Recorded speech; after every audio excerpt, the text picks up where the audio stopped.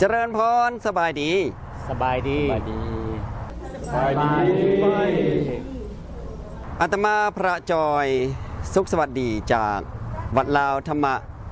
รัตนารามเมืองไวซ์เลียรัฐแคลิฟอร์เนีย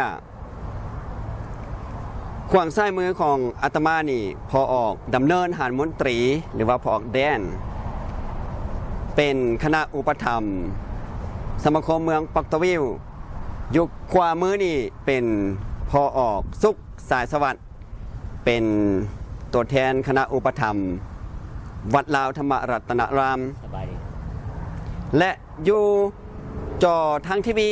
แมนพอออกลุงส่อเมืองใต้ผู้อำนวยการทีวี LS TV ท่านผู้ชมพี่น้องชาวลาวที่ดำเนินชีวิตอยู่ที่ประเทศสหรัฐอเมริกาเมื่อวานมื้อซื่นนี่เป็นวัน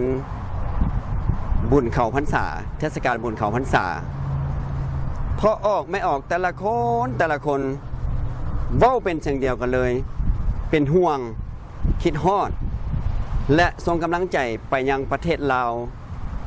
เว้าคำว่าทุกภาคเลยแหละตอนนี้ได้หับภัยน้ำท่วมโดยเฉพาะอยู่ที่ทางภาคใต้คือแขวงอัตตปือท่านผู้ชมเมืองไวซ์เลียเป็นเมืองน้อยๆจะฮอดบ่ฮู้สาวครอบครัวเมืองปักตะวิว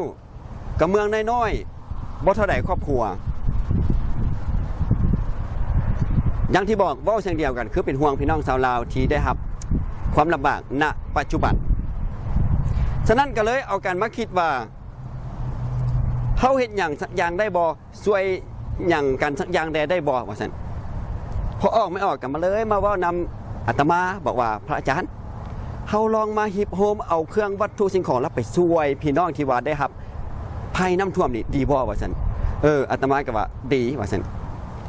แต่พากันตกลงปรงใจกันแล้วก็เลยมาคิดว่าโอ้บ่ได้เพราะว่าเฮาอยู่ไกลโพดจะส่งไปได้กับโอ้ยกว่าจะไปฮอดและที่สำคัญก็คือการใช้จ่ายท่านผู้ชมก็เลยว่ายกเลิกด้านนี้ถ้าสมมุติว่าให้กำลังใจให้นั่นได้ล่ะคันจิไปอยู่ประเทศลาวไปช่วยอยู่ประเทศลาวเดินทางไปหนะ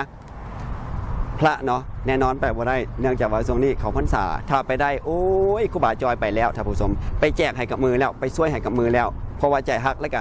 คิดอยากช่วยแบบนี้เฮ็ดแบบนี้มาตั้งแต่ไหนแต่ใดแล้วแต่ว่าพวกไม่เอาบางคนก็เดินทางไปแล้วได้ท่านผู้ชมก็ขอโมทนาสาธุนำณจุดนี้ก็เลยมาคิดกันว่าสั้นครูบาอาจารย์ฉันเฮากะฮิปโฮมเอาปัจจัยหนาพอที่ว่าจะแบ่งเบาภาระถึงแม้ว่าจะบ่หน่อยเมืองน้อยๆเองสิหนาดีบ่ว่าซั่นดี2-3มื้อหลังอาตมาได้ครับอาราธนานิมนต์ไปบรรยายธรรมงานชาปนกิจศพได้เงินมาประมาณ300 ป่ายท่านผู้ชมและอีกงานหนึ่งเมื่อวานนี่แหละได้ครับไปบรรยายธรรมอยู่งานบุญเงินคือกันได้มาอีก$200 กว่ารวมทั้งหมดแล้ว700 กับ$2อาตมาก็เลยมาคิดว่าเอาละเงินทั้งหมดเนี่ยอาตมาหับแต่ว่าจะบ่เอามาเป็นของตัวเองอาตมาสิขอมอบบริจาคไปช่วยภัยน้ำท่วมที่เกิดอยู่ที่ประเทศลาวเขาทั้งหมดเลยท่านผู้ชมแล้วก็แน่นอนเลยเนาะเนี่ยที่ยืนอยู่นี่แล้วก็ประชาชนจำนวนหลายก็ร่วมบริจาคมาคนละ10คนละ20คนละเล็กคนละหน่อยเป็นจำนวนเงินเท่าไหร่แล้วพ่อสุ$3,862 ณปัจจุบันท่านผู้ชมอันนี้เป็นศรัทธาญาติโยมเมืองปักตะวิวเมืองไวซ์เลียเมืองน้อยๆเพิ่นร่วมบริจาคมานี่อันนี้ก็ต้องเอาธุระให้พ่อออกสอเมืองใต้ได้เป็นธุระในการอ่านสื่อบอกว่าญาติพี่น้องอยู่เมืองปักตะวิวแล้วก็เมืองไวซ์เลียแล้วก็เมืองอื่นๆได้พอโปรโมทนามาเนี่ยให้เพิ่นได้อ่านขออนุญาตเลยเนาะขอเพิ่นได้อ่านรายชื่อนามสกุลออกทางทีวีเพื่อลูกหลานอยู่บ้านเฮาโอ้ยอีพ่ออีแม่เฮาอยู่ทางเมืองนอกเพิ่นก็ยังคิดฮอดเฮาเพิ่นก็ยังส่งกำลังใจมาถึงเฮาอีหยังประมาณนั้นเนาะฉะนั้นรายชื่อทั้งหมดที่อาตมาบ่สามารถจะณตอนนี้ได้เพิ่นจะเอาออกทางทีวีทานผู้ชมทีนี้สมมุติว่าฮิปโฮมกันพอมักพอควรแล้วพวกอาตมาก็ตั้งจิตตั้งใจที่จะล้มกันโดยเฉพาะแล้วพอสุขถือว่าเป็นกรรมการตัวแทนพี่น้องเมืองไวซ์เลียเป็นกรรมการคนหนึ่งพอออกแดนหรือว่าพอออกดำเนินหามนตรีก็เป็นคณะกรรมการ จากเมืองปอกตวิลและพออกสออยู่ที่จอทีวีก็เป็นอีกบุคคลหนึ่งที่จะหู้เห็นน้ำกันว่าเงินเข้าเท่าใดออกเท่าใดและเงินทั้งหมดนี้ทางคณะกรรมการประจำวัดลาวไวเซเลียต้องขอโมทนาน้ำเพิ่นหลายที่เข้าใจเพิ่นขออนุญาตคืออนุญาตให้เอาเงินเนี่ยไปเก็บไว้ธนาคารก่อนเพราะว่าวัดไวเซเลียนี่บ่เคยเก็บเงินไว้ที่วัดเลยเนาะเอาขออนุญาตไปเก็บไว้ในแบงก์วัดลาวไวเซเลียหลังจากวันลาสุดท้ายพร้อมที่จะมอบให้แล้วแหละจะเขียนเช็คให้เลยท่านผู้ชมข่าวอัปเดตจังใดนี่จะพยายามมาอัปเดตให้ท่านผู้ชมได้เห็นตลอดท่านผู้ชมเนาะฉะนั้นถ้าสมมติว่าท่านผู้ชมโดยเฉพาะแฟนรายการของปอกสอเมืองใต้อยากจะเราส่งกำลังใจเล็กๆน้อยๆการยินดีนำพออกสอเมืองใต้บริจาคในนามวัดลาวไวเซเลียก็คือลาวบุดิสชัมโปออฟไวเซเลียเดี๋ยวจะขึ้นที่อยู่ให้ท่านผู้ชมเนาะเพราะว่าเงินทั้งหมดนี่พอออกสอเพิ่นขออนุญาตส่งมาทางวัดเลยเด้อว่าซั่นทางคณะกรรมการยินดีณจุดนี้ท่านผู้ชมเนาะหลังจากได้พอมักพอควรแล้วที่จะส่งไปยังประเทศลาวไปช่วยหันนะพวกอาตมาก็จะต้องประชุมกันแล้วแหละว่าเงินเนี่ยจะเอาไปบริจาคส่วนใดคือสมมุติว่าจะเอาไปตอนนี้นี่ก็มันหลายองค์กรไปช่วยแล้วท่านผู้ชมก็เลยว่าอาจจะใช้เวลาน้อยหนึ่งยกตัวอย่างว่าอาจจะเอาบริจาคช่วงที่กำลังฟื้นหมายความว่าอาจจะสร้างเฮือนเนาะเอาเครื่องเข้าเฮือนอาจจะไปบริจาคตรงนั้นหรืออาจจะบริจาคในนามเอาเงินให้เลยท่านผู้ชมเพราะว่าเครื่องนี้มันหลายพอแล้วอาจจะเอาเงินให้สุดแล้วแต่ครอบครัวที่ว่าได้รับภัยน้ำท่วมน่ะเพิ่นจะไปซื้ออย่างเพราะว่าบางเทื่อกับผู้เด้เนาะเพิ่นอาจจะมีเครื่องธุระจำเป็นที่จะไปซื้อในนามของครอบครัวเพิ่นหั่นน่ะบางทีจะอบรมกันสนทนาอีกแบบนึงว่าจะไปบริจาคแบบนี้ดีบ่ก็แน่นอนแหละเนาะพวกอาตมาพวกข้าพเจ้าจะต้องปรึกษาหารือกันว่าแรงที่จะไปมอบให้ได้คุณภาพแบบไหนเอาไปให้แบบไหนเนาะอันนี้ก็จะต้องขอแผ่ศรัทธาแล้วก็ให้องค์กรใดองค์กรหนึ่งที่เป็นธุระที่จะไปบริจาคเนาะจะต้องให้มันว่าจะได้เฮ็ดด้วยความบริสุทธิ์ใจแล้วก็เอาบุญน้ำกันเต็มที่นะเนาะท่านผู้ชมนะอันนี้ก็ต้องขออนุญาตปรึกษาอีกเทื่อนึงเนาะเอาละท่านผู้ชมยุ่งข้างๆของอาตมาผู้ซ้ายมือนี่เนาะเป็นอีกบุคคลหนึ่งที่เป็นคณะกรรมการฮับฮู้เกี่ยวกับการฮิปโฮมเงินนี่แหละเนาะจะให้เพิ่นเว้าอย่างซักอย่างความรู้สึกในน้ำเพิ่นเป็นพอออกไม่ออกให้เพิ่นเว้าความรู้สึกและส่งกำลังใจไปหาพี่น้องชาวลาวอยู่ที่ประเทศลาวพอออกนำเนินลงเอาหน่อยนึงคนอื่นขอแสดงความเคารพนับถือเนาะมันยังบรรดาพ่อแม่ไอ้น้องที่อยู่ทางประเทศลาวโดยเฉพาะก็คือเมืองสนามไซแขวงอัตตปือในเมื่อสภาพการมันเป็นอย่างสี่ดังที่พวกเขาก็บ่เคยประสบมาก่อนแต่ก็เป็นโอกาสดีอันยิ่งใหญ่สำหรับพวกข้าพเจ้าเลยโดยเฉพาะพวกข้าพเจ้าเนี่ยเฉพาะกับเมืองปอกเตเวียกับเพาะเมืองไวเซเลียแต่ก็ว่าส่วนร่วมกับแมนมืดทุกๆคนนั่นแหละที่อยู่ต่างประเทศที่ได้หนีมาตั้งถิ่นฐานอยู่นี่ก็ยังบ่มดความเป็นห่วงเป็นใยและกินฮอดคือถึงบ้านเกิดเมืองนอนถึงแมนพวกข้าพเจ้าจะหนีมาไกลแสนไกลแล้วก็ถึงนานมาดำเนินชีวิตอยู่ที่ประเทศอเมริกานี้มาแต่ห่างกายเด้อแต่จิตใจนั่นยังฝังแน่นอยู่ในมาตุภูมิปิตุภูมิหรือว่าบ้านเกิดเมืองนอนบ่ได้ลืมบ่ได้หลงทางเหตุการณ์สิ่งใดที่มันเกิดขึ้นมาที่มากระทบกระเทือนกับจิตใจของพวกเขาญาติพี่น้องอยู่ทางนี้ก็ยังเป็นห่วงคือเก่าฉะนั้นจังหวะเมื่อนี้ได้โอกาสดีที่ท่านอาจารย์จอย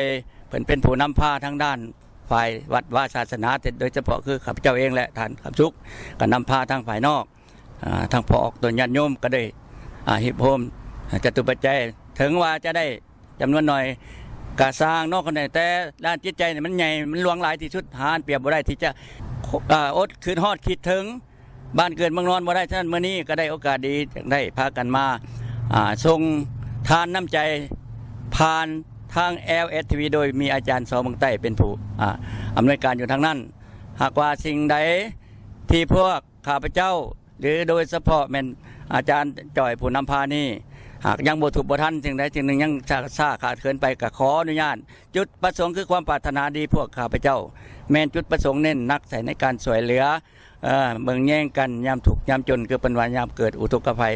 พวกเขาก็บ่เคยมีมาจากเถื่อฉะนั้นในมื้อนี้ข้าพเจ้าเองบ่มีสิ่งใดนอกจากขอแสดงความคิดฮอดคิดถึงมายังบ้านเกิดเมืองนอนโดยเฉพาะแม่นเขตภาคใต้แขวงอัตตปือ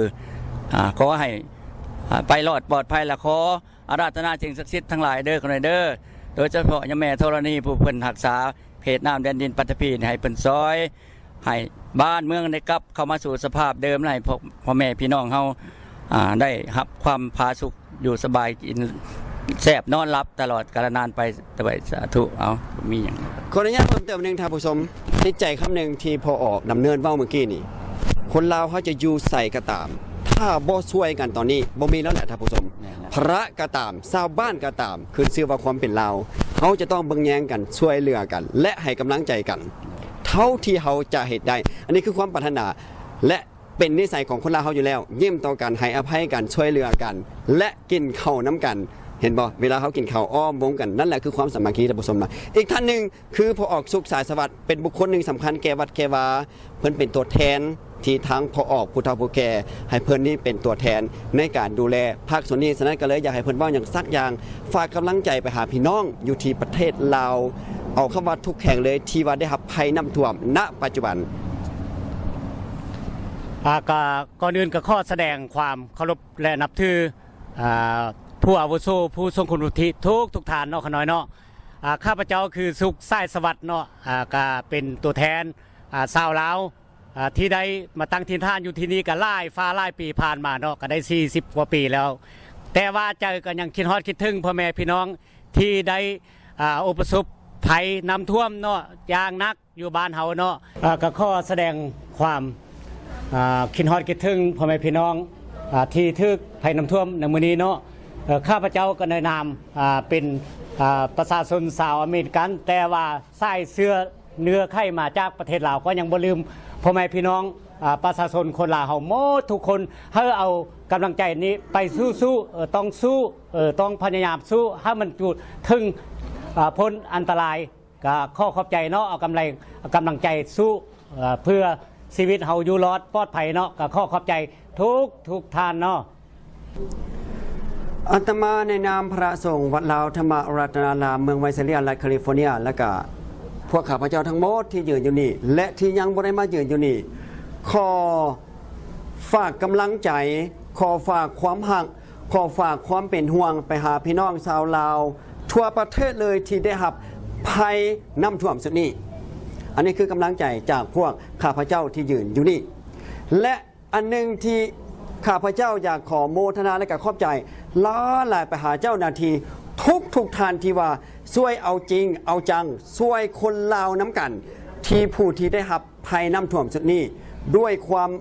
ตั้งจิตตั้งใจและด้วยความบริสุทธิ์ใจด้วยความเมื่อแห่งโดยบ่ได้หวังอย่างนั่นแหละคือบุญกุศลและก็เป็นความหวังอันสูงสุดและความหวังอันสูงสุดที่พี่น้องชาวลาวเขาอยากเห็นและก็อยากได้และก็อยากมีและอันนึงพิเศษหลายที่อาตมาในนามพระสงฆ์ลาวในนามคนลาวอยากฝากโมทนาและก็ขอบใจหลายคือพี่น้องชาวไทยอาตมาได้เห็นภาพที่พี่น้องชาวไทยลังไหลไปช่วยพี่น้องชาวลาวสุนีสารภาพว่าตื่นตั้นใจอันนี้ก็เลยขอโมทนาและก็ขอบใจไปหาพี่น้องชาวไทยทุกภาคส่วนที่ได้ช่วยเป็นพลังทั้งกายทั้งจิตใจวัตถุสิ่งของมหาศาลเหลือเกินท่านผู้ชมก็ขอโมทนาเป็นตัวแทนพี่น้องชาวลาวโดยเฉพาะพี่น้องชาวลาวพี่น้องชาวไทยอยู่ที่ประเทศสหรัฐอเมริกาส่งไปเส้นเดียวกัน และขอโมทนาไปหาทุกประเทศที่ว่าช่วยแบ่งเบาอันงานหนักสุดนี้ให้พาลุล่วงประเทศโดยดีทุกประเทศที่บ่สามารถที่จะเอ่ยนามได้ที่ลังไหลไปช่วยพี่น้องชาวลาวทั่วประเทศได้รับภัยน้ำท่วมสุดนี้เพราะฉะนั้นพวกอาตมาทั้งหมดที่ยืนอยู่นี่ก็ขอถือโอกาสน้อมนำเอาคุณงามความดีบุญญาปารมีของพระพุทธศาสนาและศาสนาทั้งหมดขอเอาความดีบุญกุศลจากศาสนาทั้งหมดนี้ส่งไปหาดวงวิญญาณผู้ที่ได้ตกเหี่ยเสียหายหรือตายจากการถึกน้ำท่วมสุดนี้ขอให้ไปสู่สุคติภพที่ดีและขอเป็นกำลังใจให้แก่ญาติพี่น้องที่ยังเหลือมีชีวิตอยู่หันให้สืบและมีกำลังใจสืบต่อไปก็ขอให้คุณงามความดีนี้ทั้งหมดนี้ส่งไปหาพี่น้องชาวลาวก็คือทั่วประเทศให้พากันมีกำลังใจต่อสู้และก็ดำเนินชีวิตต่อไปเจริญพรสบายดี